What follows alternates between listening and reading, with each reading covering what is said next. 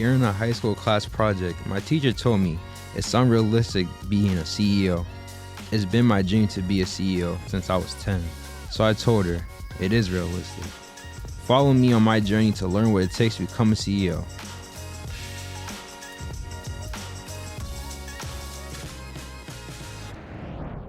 Hey guys, welcome to another episode of the Realistic CEO podcast. Today I'm here with Chris. How are you doing today, Chris? Mike, very good. I'm glad you're here, man. Thank you for allowing me to be able to interview today. So I appreciate your taking the time out of your day to allow me to interview. So thank you. Glad to have you in the studio. So can you tell me a little bit about your career and what you do? Absolutely. So currently I am, a full-time freelance photographer, which means it's kind of a funny thing where I don't have a boss, but I have 200 bosses at the same time. I probably am best known, at least locally, for my work with the NBA and the WNBA. They've been a client. I'm in my 14th year working with them. There's it's kind of like a lot of high profile stuff. Obviously, Celtics winning the championship, similar to that, right? However, I do a considerable amount. So I have a studio here in Springfield, obviously where we are now at Gasoline Alley, where I do portraiture and headshots. Primarily, I also do some product work. I also work for a variety of clients who are in the industrial, commercial, advertising space, kind of like usually, a client or a company will reach out to me who needs to document a project or to capture lifestyle images within their company for promotion, for whether it's for their website or for brochures, that kind of thing. I also do a considerable amount of event coverage. Locally, I work with some nonprofits and try to help them out with what they do, especially fundraisers and stuff like that, where people dress up and they want to be photographed well.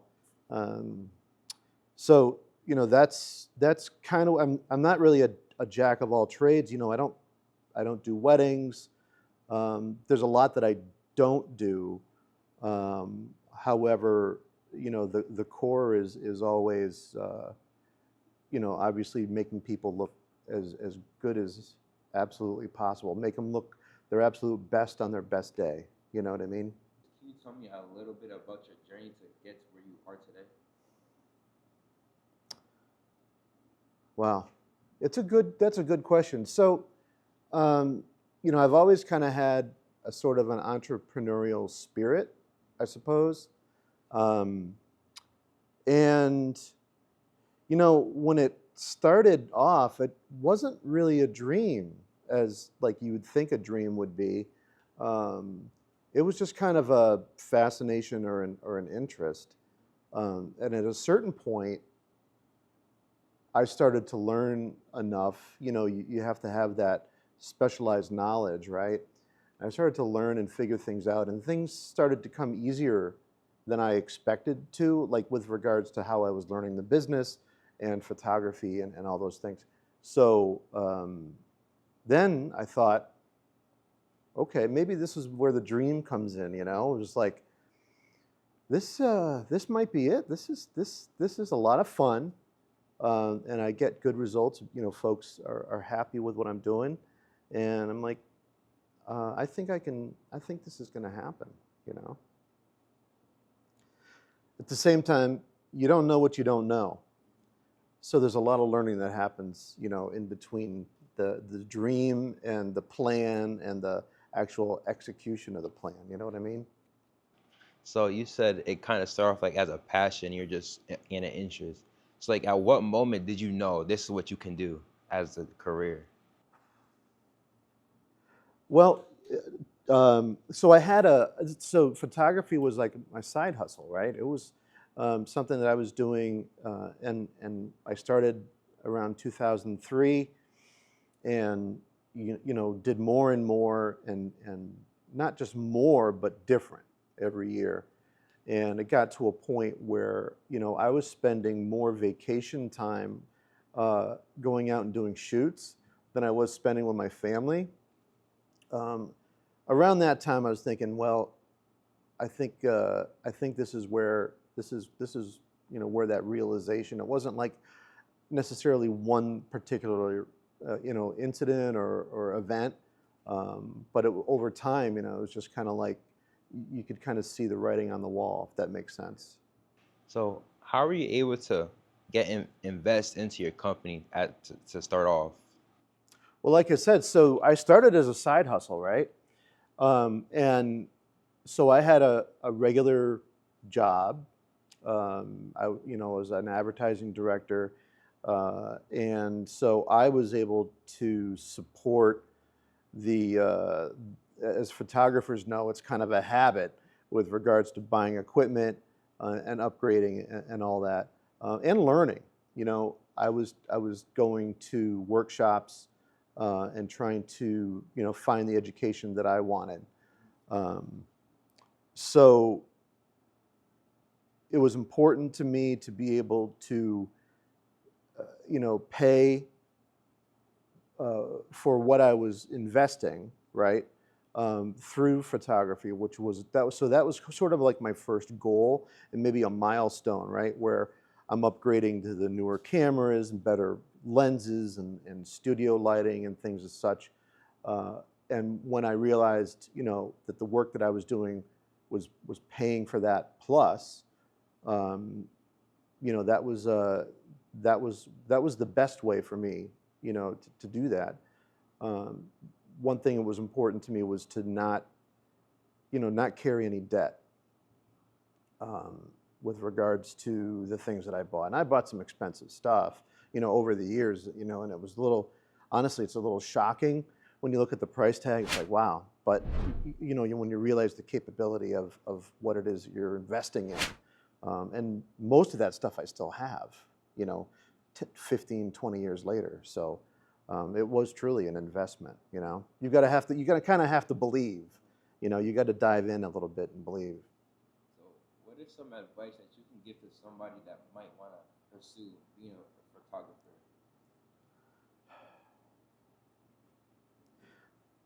Well, you know what? It's for photographers, but it's really for everybody. I say this in my workshops. I mean, a lot of this is just common sense, but the dream, right? I want to be a CEO. You have to start somewhere. And I think if you have that mentality and you have that sort of built into your psyche, like, this is what I'm going to do. I'm going to make this happen. Then you have the ability to make it happen, within reason. If you're going to think you're going to fly, off a building, probably not. But, you understand that whole dynamic. So if you believe that you can do something, you absolutely owe it to yourself to pursue the dream, right? The other thing is, the most important thing is to not quit. No one who is ever successful quit, because otherwise they wouldn't be where they are, right? And just practice your craft, get better, can never stop learning. That's one of my favorite things. So I used to get bored. I used to get bored at work, multiple jobs that I had, careers that I had, and some of them were pretty fun, but I would get bored with them. With photography, there's none of that. I get to do a variety of things, and there's no end to the learning. There's no photographer in the world that knows everything about every kind of photography. Which to me is like incredibly exciting, because I really literally learned stuff, not every day maybe, but every week for sure. So don't quit, keep learning, and believe. If you truly believe in your dream, you have to pursue it. You owe it to yourself to pursue it, because otherwise, it's like, I'm happily married, right? But back in high school, there was this girl that I really wish I had asked out, and I didn't. And it bugged me for a long time that I didn't ask her out. It was just one of those things. And I think that's a very, very simple and almost sophomoric, if you pardon the pun, example. But I think a lot of people go through life wishing that they had done something or tried something or said, boy, that was an opportunity missed. And sometimes that happens in business too, but you've got to move forward. You got to not quit. So, as a freelance photographer, what has been like your craziest experience so far? Well, some of the trips I've taken with the NBA, those tend to be pretty crazy. Depending on how you define crazy, I'm in the middle of chaos often. There are these superstars that obviously attend NBA games, and from whether it's sports folks or entertainment, it's nuts. I can be in an arena, especially like with the finals. There are a lot of famous people going to the finals, and you just turn around and there's, literally Bill Belichick. It was just almost like, I turned around and he was this close to me, and I was just like, oh, wow, So with regard to that, travel can be kind of crazy because there's a variable there, but there's a lot of stories. There's a lot of stories, but generally just when things go kind of sideways or crazy, unexpected happens. In a way that's one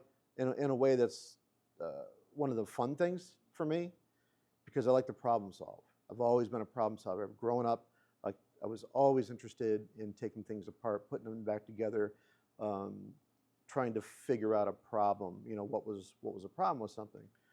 So now, when something happens, all of a sudden, the sun comes out on what was supposed to be a cloudy day, and we're shooting outside, or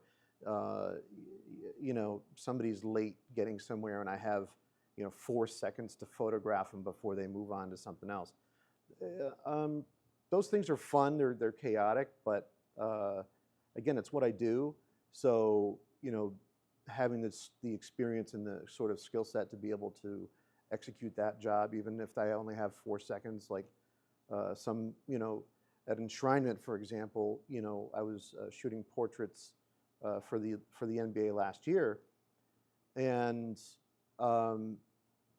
one of the enshrinees wasn't really sure if he wanted to be photographed, and I literally took 3 photos of him, and that was it. He was like, he was good, and that's fine.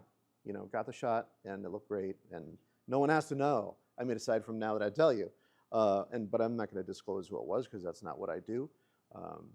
But yeah, there's a lot of craziness that goes on, behind the scenes, and partly my role, I feel, is to shield or protect my client from those, where I don't want them to worry, in hiring me. I don't want them to worry that, oh gosh, what if this happens, or what if that happens? I say, look, I've seen that before. I'll take care of it. Don't worry about it. It's one less thing they have to be stressed about. So when you first started turning this into a career, can you tell me a little bit about the early struggles that you had to deal with? Yeah. So again, going back to not knowing what you don't know, it's easy to an extent to make money as a part-time side gig photographer, and you feel like, oh yeah, this is I'm making money. This is great. However, being a freelancer, there's little or no consistency, right? I have had stretches where I've worked 11, 14 days straight on normal timelines with a variety of clients. Sometimes a client will hire me, if I travel with the NBA, I'm gone for 10 days sometimes.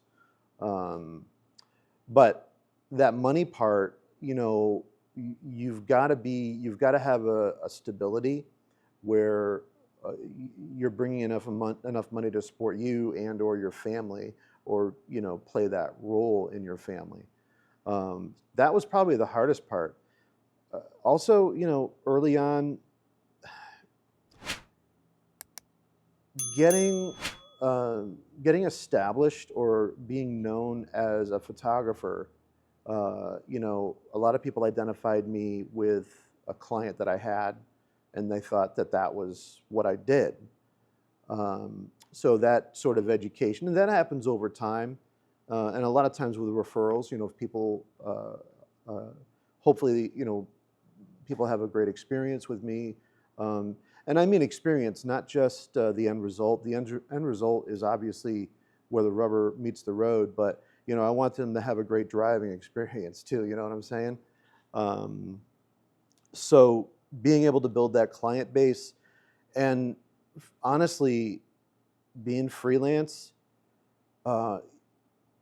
it's a challenge, because you will have days, sometimes a week, where you don't have any work. It just is what it is. Sometimes, January can be a very slow month, depending on the sector that you're in. I know a lot of wedding photographers, which again is something I don't do. This is the wedding. The summertime is the wedding season, and then it falls off, in general. So you've got to be mentally prepared for that, and you have to still be working. Just because you have nothing scheduled, you've got to work. I didn't have a shoot yesterday, but I was in the studio painting and cleaning and taking care of things that really needed to be taken care of. So but it is also important to take a day off.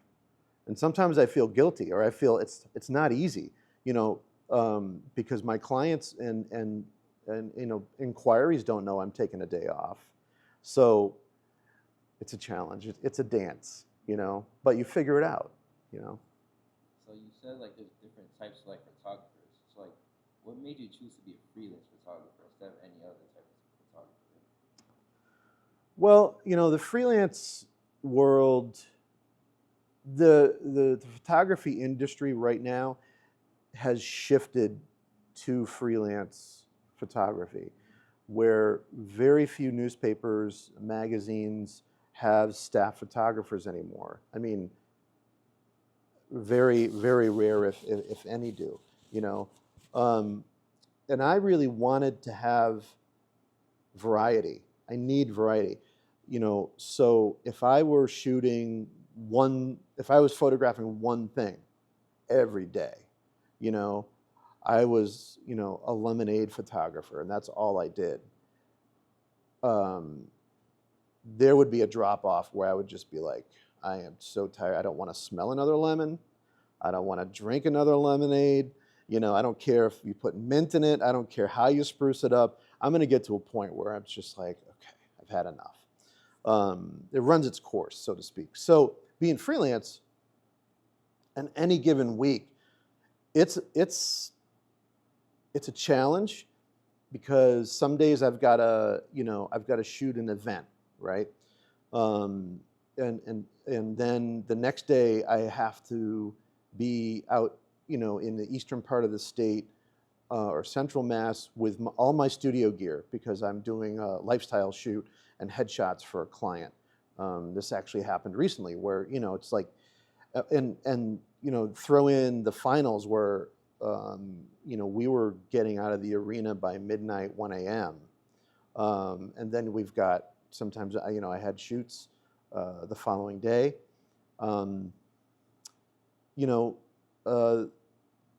That is a tough part of it, but it is also part of the excitement of it.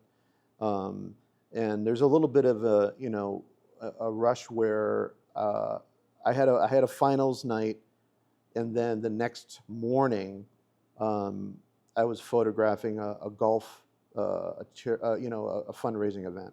And it was an early morning, but there's an excitement to that too. It's like I have to give my client the absolute best. They didn't hire me to be 30% Chris or 50% Chris. They hired me to be me. So it's a double-edged sword. But I enjoy the freelance end of things, mostly because of that. I think just the variety. So what is like a day-to-day as a freelance photographer? Every single day is different. Every single day is different. On a day where I'm not working, it depends on what I did the day before. Be honest, some days are incredibly grueling and physically exhausting, and I need time to heal. I need time to recover and get my sleep in. So I could be on the couch for half a day. After because sometimes we have clients that need maybe they have a staff or talent or certain things, certain events that are happening only on one day. So it may be a 12-hour day for me, or they have multiple locations and they want to get them all in at one in one shot. So it's a regional thing. So there's no you've got to be able to handle that. So maybe I do spend a little extra time relaxing the next day, but there's always email, there's always calls to return, and there's always editing. So I could spend half of that day editing. Sometimes my recuperation time is actually just sitting at my editing bay and doing that. I'm sitting, I'm relaxing. I can take a break. I can go play with the dog if I want or whatever. So it's really hard to say and honestly, what's weird is sometimes I don't even know what day it is, because I don't work, I don't work Monday through Friday. When I worked Monday through Friday, I darn well knew what day Monday was. I knew what day Friday was, Saturday, Sunday, Wednesday. I the days, but I go by my calendar, and I mentally map out the work that I have ahead of me, so I know, okay, well, I've got this happening, so I'm going to need this set of gear. I've got this happening 2 days later, and I'm going to need, a truck to bring in backdrops or what, So there's a lot of like forethought and planning too that happens. So there's no one typical day, So I noticed you talked about like sometimes you have like 3 seconds to get a good shot. So like how are you able to make sure that you're staying calm during those moments so you can get a shot that you like? That's a great question. 20 years ago, Chris, would not have been calm. And I had experiences back then that the results were not terrific. Staying calm, it's about experience. It's about knowing the facts, right? So if I have 3 seconds to photograph someone, 9 times out of 10, that person has done this before. They know how to pose and smile, 9 times out of 10. Sometimes not so much, and I might need that 5th second, So, and it's a lot like NBA work or even an event where it's crowded and chaotic. You've just got to stay. You've got to stay in the moment. You've got to be prepared. There are a lot of things as a photographer that you're always paying attention to. The light changing. There could be a bank of windows that when I arrive 2 hours before the shoot, it's all indirect light, and then the sun comes around, and all of a sudden, there's part of the office is getting blasted with direct light. So that experience and preparation helps you not panic, not freak out, that you've only got a certain amount of time. But the nice thing about photography in a way is that the only issue that you're going to really have that you can't troubleshoot ahead of time, is your interaction with the client. Everything else is pretty basic. If you have to understand your equipment, you have to have a thorough knowledge of it. So if something doesn't act right, there's a direct reason why, right? There's a very specific reason, and you have to know what that reason or those reasons are. If a light's not working or whatever, it's on you to know that. So I don't know if that answered your question. Did it? Okay, all right. So another thing you said is that sometimes like days are really long and you get like physically like exhausted. Yeah. It's like, how are you able to stay in the right mental space and make sure that you're getting through this day and getting what the clients want? So we plan ahead with the client. I ask a lot of questions, which, asking the right questions ahead of time. And, I want to make sure that, obviously I want to make sure that the client is getting what they're paying for and what they want, their deliverables, the end result. So I will work with them on a shot list and with them with regards to a whole plan for the day. So once, and I may identify, let's say there's 3 key things that are being shot with some other secondary stuff that, they want, but it's not as important as the 3 key things. And one of those key things is going to be real challenge. I may focus my energy on that a little bit more with regards to planning, pre-planning. And then once that's over, it's kind of like even the next 4 hours are downhill, meaning, okay, well, that's in the bag. That looked fantastic. The client signed off. They're happy. So, not all the hours are created equally. But again, it's an adrenaline thing, and there's an excitement to it, and if I'm photographing somebody in the morning, and then let's say we're moving to other locations, I want to be the same person, the same professional in the afternoon as I was in the morning, So being hydrated and pacing yourself, and knowing how to work smarter than harder, perhaps,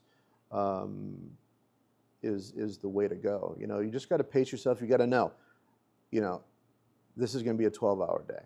So I don't go to bed late the night before. I don't, hydration is incredibly important. You just got to be prepared. But it's not that bad. And it's not like it's every day either. If it was every day, it'd be rough. So how important is communication as a freelance photographer? It's really important. And I used to be, early on, I used to be a little reluctant about asking a lot of questions. And I would let the client just kind of dictate, okay, we're going to do X and Y. Okay. However, over time with experience, I realized, well, clients, first of all, most clients are incredibly busy and maybe overworked, doing 2 people's jobs. And sometimes the photographer is not always the first thing on the list that they look for. So asking questions and being prepared with the client is of the utmost importance. I think that's just being able to predict and drill down a little bit, how many people are they going to be, like if I'm doing a headshot for a company, like a law firm, for example, and there's 20 attorneys. Okay, so what time frame do we have? How much time do they have? Is everyone going to be there in the morning? If I'm there from this time to this time, So in a way, this is a service business. Even though there is a deliverable at the end of the day, it really is a service business. So I want to make sure that I'm asking the questions that, again, help facilitate the best results for the client. So, can you tell me how you're able to work with the NBA? Like, tell me a little of that story of how that happened. It seems like forever ago. So, it's one of those things, Mike, where you get lucky with an opportunity, but you've got to earn it. I'm going to be honest with you. I think in a way you were lucky. You were lucky that your teacher said it was unrealistic for you to be a CEO. And basketball related, right during, I keep mentioning the finals, but during the finals, Jason Tatum had posted something that one of his high school teachers, he said he wanted to be an NBA player. And the teacher said, well, let's be realistic here. Well, look where he is, Anyway, I don't want to get into that too much. But so a while ago, I don't know, 15 some odd years ago, there was an NBA D-League team that came to Springfield, the Springfield Armor. And I just, honestly, I walked into their office. I was kind of familiar with minor league sports at that point. I talked to the GM. He was able to see me, which was fortuitous. And I had said to him, you guys must need a photographer. Do you have a team photographer? We had a really nice conversation, and then that was it. It was it because I didn't hear back from him for maybe 2 months, and I thought, bummer. I guess that's Although now I've learned over the years that just because somebody doesn't get back to you for 2 months, again, go back to they're a little busy. They're trying to get this team off the ground. Anyway, so he called me back and said, yeah, let's do this. And, there's not a lot of money in minor league sports, at least for photographers and certain positions, I think. And that was okay for me because I wanted the experience. I wasn't thinking about the NBA at that time. I honestly wasn't. I'd already started doing some photography work, sports-related photography work for a local publication. And this was just something I wanted to pursue. I always loved sports, and I felt that, this was just a logical, something that would make sense for me. And this is where the LBW comes in. That's one of my favorite things. Long, boring work. There was a lot of long, boring work. Figuring stuff out, researching, spending time alone, setting stuff up.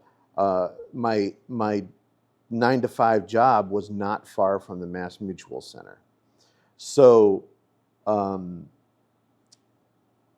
sometimes, when there was a game that night, on my lunch break, I would go over and set up my remote cameras. Like I would set it up on the backboard or whatever, and then get back to work,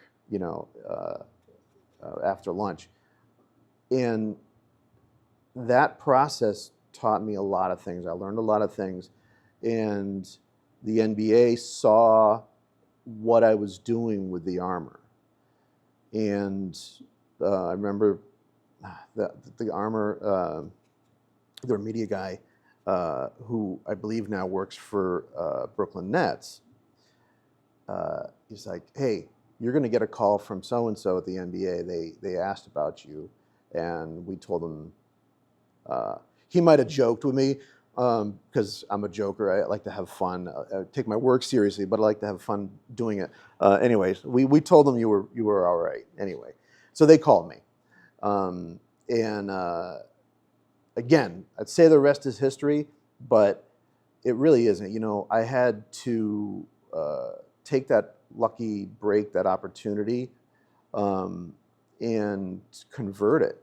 You know, I had to make sure that not only was I consistent, but I was also learning and growing. You know, I wouldn't have been doing the portraits at Enshrinement last year if I hadn't taken it upon myself to learn how to light, to learn studio, how to function in the studio, off-camera lighting, etc. And you know, over time, I became, I think, you know, I guess I was like a known commodity, right? Like, so they knew what they were getting from me anytime that they hired me. And I think attitude was also, I never pretend that I'm the best photographer in the world. And there were people along the way, not necessarily NBA people, because everybody with the NBA is like just top notch. But there were people along the way that really weren't as nice, didn't have a nice attitude or a demeanor or whatever, didn't say please and thank you. And I'd like to be me. I like to have fun, and I like to be, meet people and make them have a fantastic experience. You know what I'm saying? So I think that between the LBW, and the attitude and all that, I think they figured out, okay, well, this guy is somebody we can work with. And I didn't shoot an NBA game for years. They started me off, and I saw it, and it was fine. They started me off slow, and they gave me, hey, do you think you can handle this? Yep. Do you think you can handle this? Yep. Whether I'd done it or not, again, I knew that I understood the dynamics, right? I tell the story in my workshops. The first All-Star game that I covered was in 2012. And I was nervous. I was excited. I mean, incredibly excited. And I vividly remember a lot of it because I was just, I was in awe, which I love being in awe. Love it, as long as you, like you say, you can kind of control it and understand it and just be in the moment and still keep your head as a professional, right? But at the time, the NBA had this big recycling push. So they had the logo man green with like the green recycle triangle with the arrows. I don't know if you ever saw it, but they said to me, all right, one of your assignments, go around the arena and find every instance of this logo that you can. Because, it's not just about, that posterization dunk from LeBron. There's a lot of other stuff that is happening with the league. So this is one of their initiatives. So I was literally going through the arena photographing napkin dispensers. Do you think I cared? I did the best napkin dispenser photos I absolutely could, man. I moved them. I took pride in what I was doing. I joke, I'm like, if they wanted me to photograph the bathrooms, I would have, obviously with nobody in there. But I mean, whatever they wanted, it didn't matter to me. And I think that attitude may be, part of that advice to young photographers as well. There's no small jobs, ever. Because if somebody hires you, there's a reason why they hired you. So can you tell me about why networking as a freelance photographer is also important? It's huge. So word of mouth is incredibly important, referrals, right? As a headshot and portrait photographer, it is also very, very important for people to meet you or to have a friend who has met you, right? I try to be very personable. I feel like I'm a personable person. I enjoy meeting people and talking to people. I try to, especially in the studio. The reason I say this is some people don't like their photograph taken. They're like, I don't know. I'm not a big fan of being photographed. And I empathize with that. So I like to talk them through the process, right? And I like to engage them and, throw in some bad dad jokes here and there, just to lighten the mood and whatever. So I feel like networking serves that purpose to an extent where I'm meeting people and they feel like I'm somebody who's approachable, somebody who's confident, somebody they can work with, who's not going to intimidate them or make them feel like crap or fill in the blanks. The other part of networking is, advertising is not cheap when you're starting, especially when you're starting out, and it's difficult to navigate to an extent. And it may not be always effective, depending on how you're going about it and all that.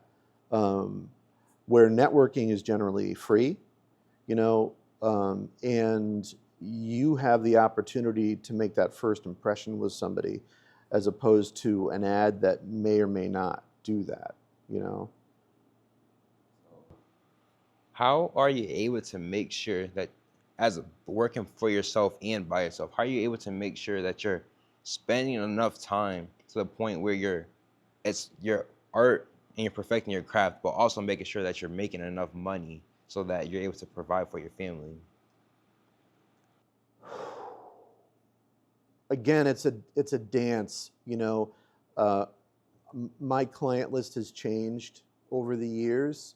There's a client or two I'd like to have back, perhaps, but COVID changed a lot of things. But I feel like what I'm doing is it's a tough question.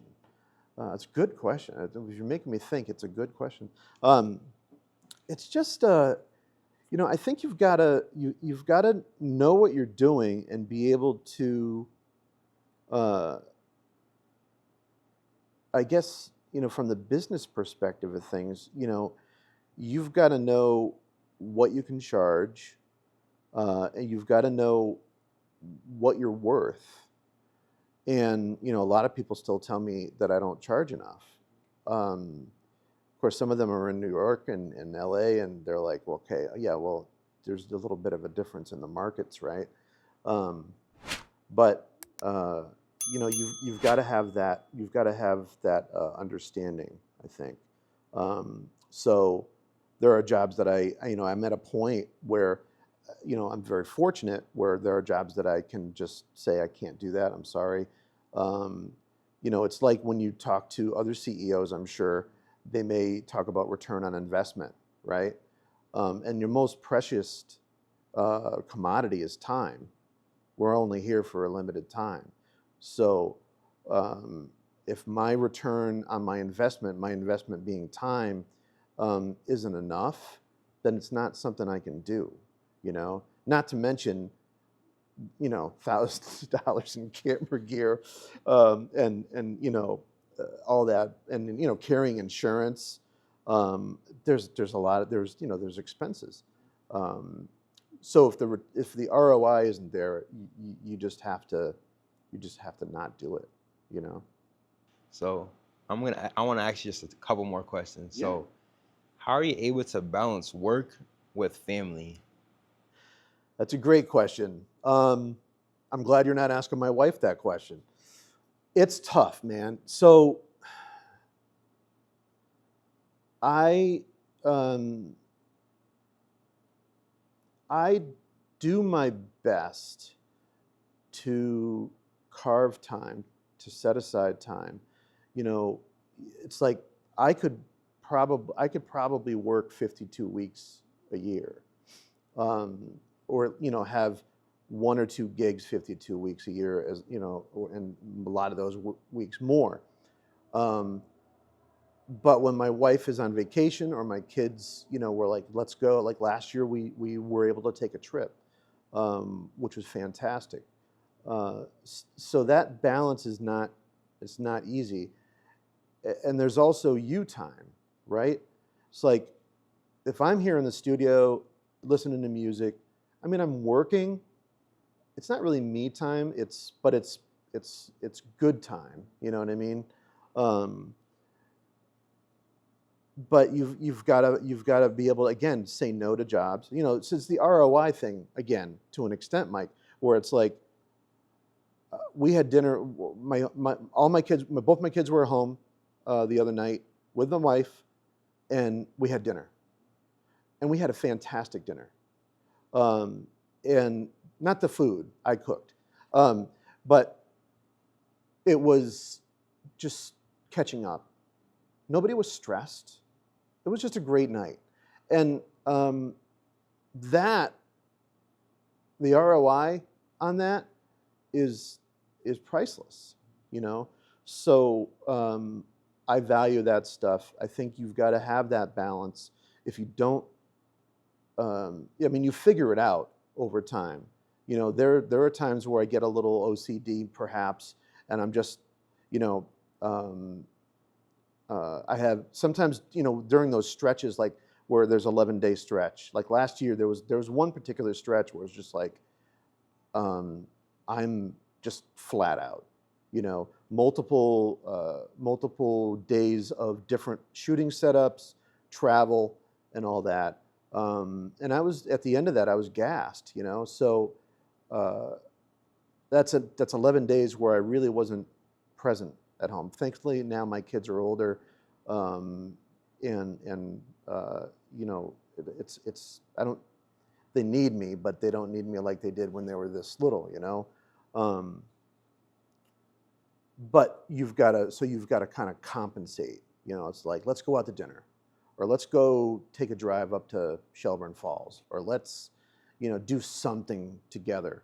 And it's not always easy, you know. And again, like I said, you know, sometimes there's days off. Like I actually had, you know, I had a little bit of time last week, and it's like I tell my wife, you know, we're driving somewhere for like a day trip, you know, and I'm like, look, I gotta reply to this email, you know, and she understands. If I tell her ahead of time, you know, and just say, look, I'm sorry, I you know, because it's all very important to me. But it's a learning process. You figure it out. So, can you tell me a little bit about like how it's like to shoot at the NBA Finals?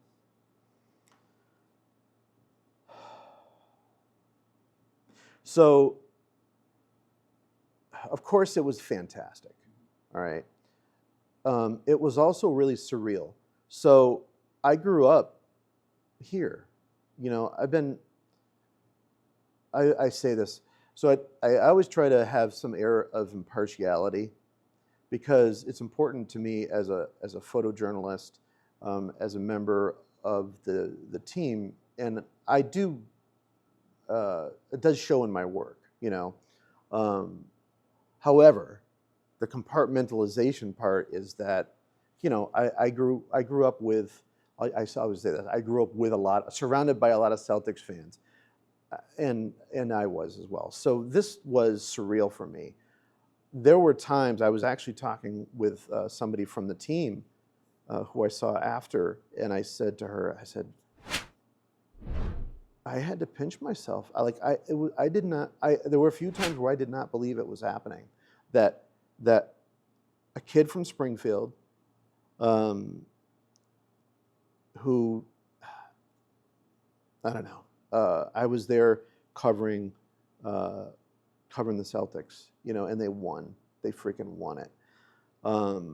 So that part of it was amazing. The actual, you know, the actual coverage is chaotic, and it's, again, 20 years ago, Chris would have not produced well, probably. You understand the chaos. I call it the fog of war sometimes, especially to the editors, because they're like, I'm sorry, but, you know, so and so, like, because they have a lot of, you know, the assignment editors are dealing with. It's not just sports. You know, they have partners and clients. There's a lot going on. So sometimes I got one of these calls from one of my editors prior to Game 5. I won't get into detail, but we just got this ask, can you make it happen? And I said, okay, so you have me doing this, but you want me to do this as well. I just want to and I'm not complaining. They know it. This is never a complaint. I want to have clarity. I want to make sure, okay, so you have me assigned to do this. Do you still want me to do that? And then the other thing is secondary, but I'll get it done. And they're like, yeah, or no, you know what? We'll have somebody else do that. There's always flux, right? And then of course, just the excitement of the game. That is no longer the difficulty for me. Early on, again, like I was just like walking around with my jaw dropped. Like the first Celtics game I ever shot, it was just like, oh, this is just so cool, But you've got to keep compartmentalized. You've got to keep your head. You have to stay focused. All those things, and not get carried away. You have to be very aware of what's happening, and do your job. That's But it was fantastic. It was. I photographed all 3 games in Boston as well as the parade. I wasn't able to travel to Dallas, but it was possibly everything you might have thought it was. Yeah. So the final question I want to ask you is, what's one fun fact that nobody really knows about you? Oh my God. Nobody knows? Most people don't know? Yeah, most people. Wow. Well, I don't know about fun. I have a pretty decent record collection. I don't know how fun that is. It's fun for me. You know what? Yeah. I don't want to sound boring. I don't think I'm a boring person, but what would be something that people don't know about me? Fun fact. I don't know, man. That's a tough one. I might have to get back to you on that. Can we do this another time? I have to think about that.